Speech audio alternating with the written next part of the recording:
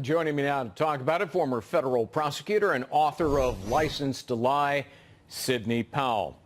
So, Sidney, when the Attorney General has engaged himself in such a way that the president no longer has confidence and trust in him, isn't it the right thing to resign, to leave, to say, you know what, I wasn't up for the job, I haven't done what I promised, the president no longer has faith in me, I gotta go? Isn't that what a good and honorable person would do?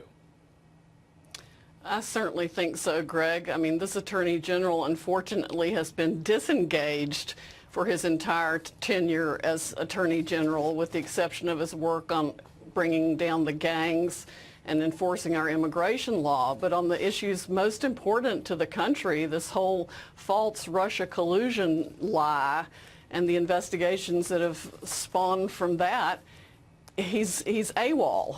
And that's just not right. He should have stepped aside to begin with instead of taking the job that he knew he couldn't do. Well, one of the things he absolutely should have done, and it's unclear, and I suspect he hasn't done it, is to investigate the investigators, because the law enforcers, James Comey and the FBI and his whole gang, his confederates, they became the lawbreakers. And when the law enforcement arm of the government becomes the lawbreakers, they need to be investigated and prosecuted. Paul Sperry has done an investigative piece for Real Clear Investigations that says the truth is the FBI never actually investigated most of the Hillary Clinton emails found on the Wiener laptop. You actually first wrote about this more than 2 months ago in a column that said that the FBI deliberately ignored these crucial emails. Tell us about it. Exactly, yes. Lou and I have talked about it several times on air. With the help of Mr. Stroke and, of course, James Comey and Andrew McCabe, the FBI deliberately ignored 675,000 Clinton emails, what the New York agents call the entire Clinton file from 2006, of the BlackBerry emails that Comey himself had said were the golden emails that supposedly they were looking for under every rock. They ignored the Huma Abedin emails, even though they knew Huma was a proxy for Hillary, that people would email Huma and say, print this out and give it to Hillary. They specifically refused to look at those, and there were thousands and thousands of them, hundred thousands of them, 10 times the number that the Clinton team and lawyers claimed existed to begin with. Basically, they looked at less than 1%. The total number apparently were about 675,000. They only looked at roughly 3,000 of them. So when James Comey certified to Congress that his agency had, quote, reviewed all of the communications, doesn't that look like a lie by James Comey? It was an abject lie, and he knew jolly well it was. When the New York agents reported what they had found in a secure phone video conference with Andrew McCabe and 39 other members of the FBI on September 28th, the agents said it was like a bomb went off in the room. The Inspector General's report has documented all of this, and it makes clear that Comey had to have been lying when he spoke to Congress about it. There's no way they didn't know this was huge, right, and that's why they so effectively buried it. Did and Comey, General Counsel of the FBI, James Baker, even tried to get that material in the search warrant. Stroke and an unnamed person at the FBI shut that down. Didn't Comey also tell a second lie to Congress when he said, thanks to the wizardry of our technology, the FBI was able to eliminate the vast majority as duplicates? That's statistically impossible. Hillary Clinton turned over 30,000 emails, deleted 33,000, so that's 63,000. But on the laptop, they found almost 700,000. So that's got to be a lie by Comey, doesn't it?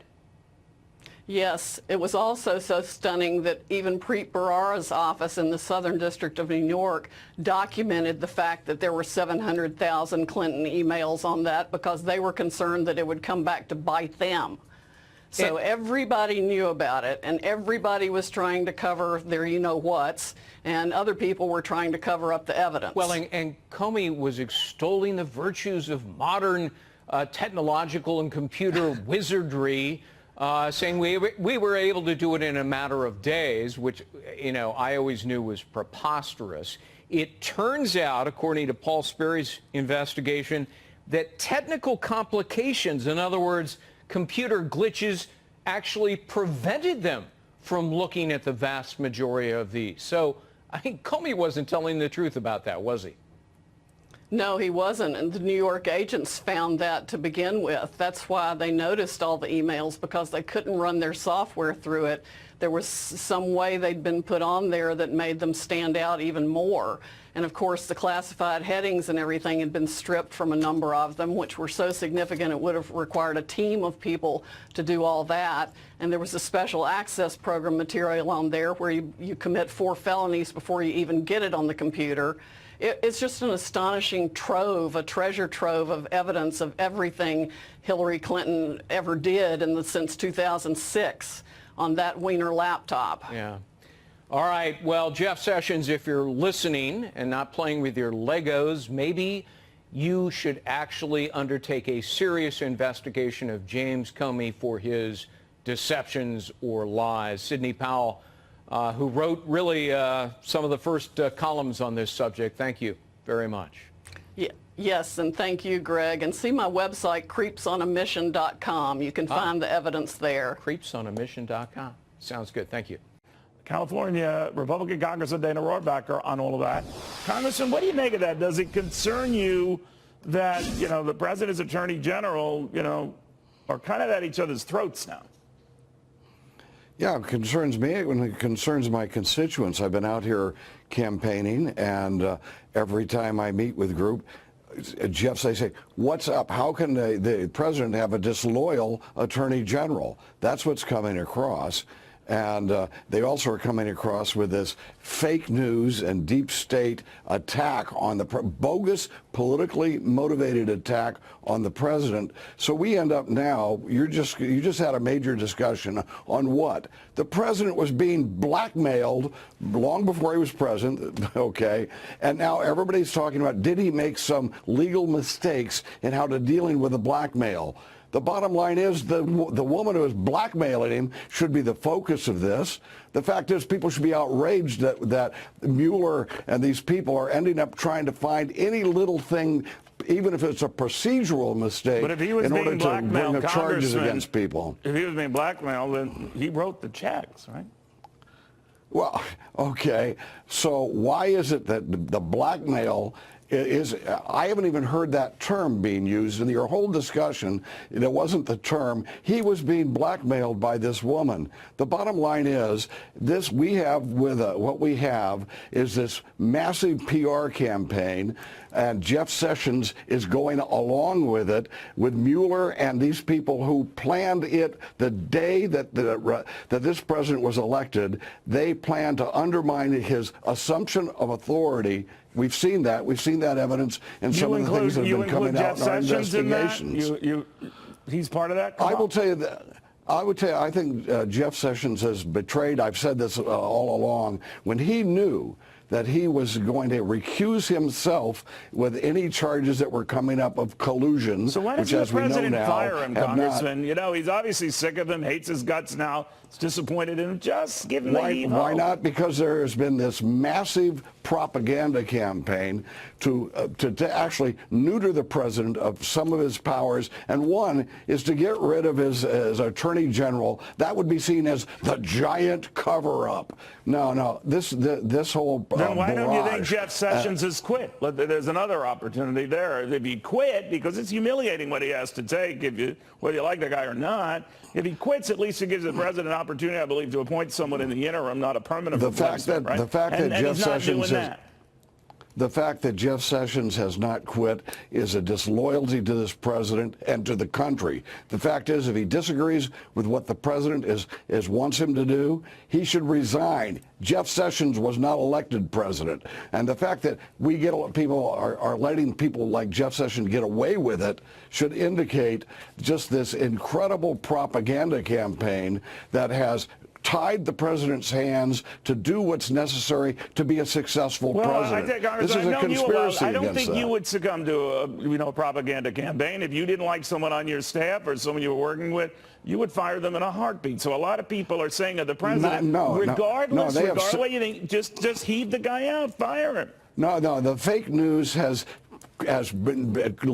created the situation where if the president does what's right so that he can assume his authority as president, there will be an avalanche saying, oh, it's part of the cover-up. They've been looking for I think collusion. you have to be a little there. You know, that isn't fake news to say that the president and his attorney general have been back and forth at each other, and the president does have the power to fire a cabinet member he doesn't like rather than drag him to the president. So he has the legal power. Fake news. Neil, Congressman, Neil, just don't think of it as fake power. news. You don't like the guy. You hate the guy. You think he's a loser or twerp. He's not getting it done. President apparently calls him Mr. Magoo. Then fire his ass. Be done with it. The dynamics in our society isn't just that the president has the legal power to do something. The dynamics are you can have people working together, where you can call it a conspiracy, whatever you want. We uncovered evidence that people, the very day that the president was elected, saying, we're going to work together to make sure he doesn't assume that authority. It's not fake news to say the president has the real power and authority to say, you, Jeff Sessions, have disappointed me.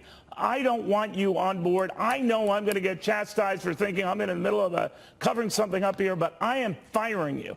That is not fake news that will dominate that. That is the President of the United States. He has that power. Fake news. No, hold on. The fake news isn't that. The fake news is what's preventing him and creating the political dynamic of whether if he would conduct himself like you're saying, there would be this massive onslaught claiming that he was covering up other things, and you know that's what would happen. That's what they'd be claiming. Well, and you it can would understand why there's at least some raised eyebrows, right, from Congressman? Because he has said some things and then said other things to update those things, like not knowing payments to these women, whatever you want to call it, and then suddenly saying, well, yeah, I did know. You can understand fake news. Well, again, the people are looking at that, Congressman, and saying you haven't been really consistent yourself.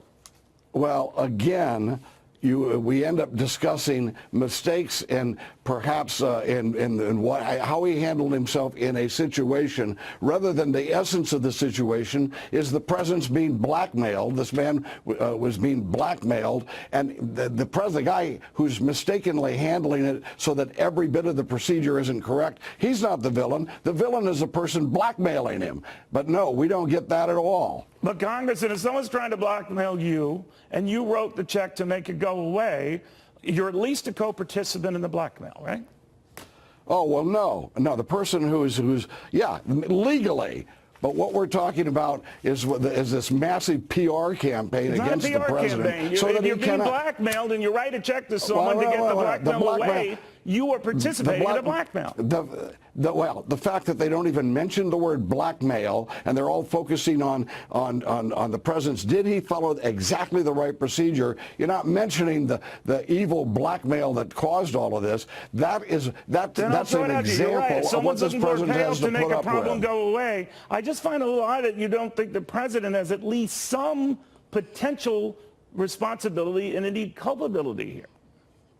Oh, well, I didn't say that. I just said that what we're talking about is not just that legal situation, but that has to be coupled with all of this buildup of a bogus, politically motivated charge that he colluded with the Russians in order to undermine his ability to assume the rightful constitutional authority that he won. You have to take the blows that you thrust on yourself, right? So I'm not saying that it's all one way. But it always seems like the president's people always come down, oh, he's a victim, he's a victim, he's a victim. Sometimes people make mistakes when they're a little bit desperate. He was going through procedures. Now, I think he made mistakes, but the bottom line is that this is just one example of where a focus on this president is being done specifically to get away from the fact that the special prosecutor is way off target. Way off. He was supposed to be giving us evidence of collusion with the Russians to undo Did you think the prosecutors were way off target? Did you think the prosecutors were way off target when they went after Bill Clinton initially on real estate deals and then it veered into something else? It happens, right? I will have to tell you that I believe that the special prosecutors, as not just this one, but we have a history of it now, just like you're bringing up, suggests that we should pass a special prosecutor's law that says if you're going to give people that kind of power, an individual that kind of power, it has to be focused and within bounds. And it's way out of bounds now. Well, that's a fair argument. That is a fair argument. Both sides issue. say that that's something we should be looking at. But Congressman, thank you very much for taking the time.